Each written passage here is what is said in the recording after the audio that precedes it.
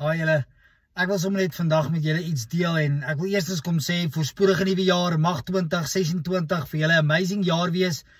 En ek wil vandag vir julle spesifiek Psalm 1 kom deel. En dit sê die volgende, dit sê dit gaan goed met die mens. En dan noem hy klomp goed, maar dan vers 3 sê, hy is die ene wat in die woord van die Here sy vreugde vind. Dit dag en nag oordink. Hy is soos 'n boom wat by waterstrome geplant is, wat op die regte tyd vrugte dra, waarvan die blare nie verdroog nie. En hy is voorspoedig in alles wat hy aanpak. En hierdie jaar wil ek jou bemoedig, maak nie saak hoe die jaar gaan lyk nie, maak nie saak wat kom nie, maak nie saak die teenstand of die versoekings of die lyding waartoe jy gaan nie, mag jy hierdie jaar jou vreugde in die Here vind. Mag jy gewortel wees in sy woord en in sy gees en mag jy hom nommer 1 maak in jou lewe hierdie jaar. Ek wil dit kom sê, baie keer soek ons so uiterlike dinge hierdie jaar in 2026 wat ons geluk moet bring. Ons het sekere verwagtinge, ons het New Year's resolutions en ons hou vas aan al daai goed en wanneer dit nie uitwerk nie, dan dink ons, ag nee, hierdie jaar is maar weer soos laas jaar of dis nie 'n goeie jaar nie.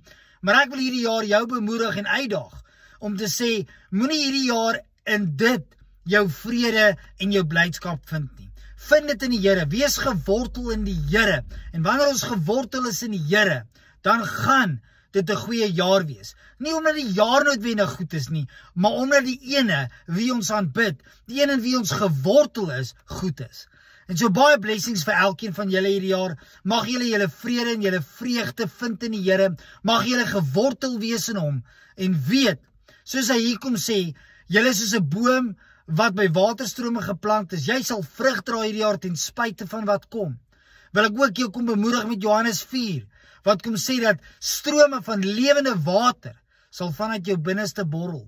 En jy sal God verteenwoordig. Jy sal vrug dra ten spyte van wat hierdie jaar mag kom.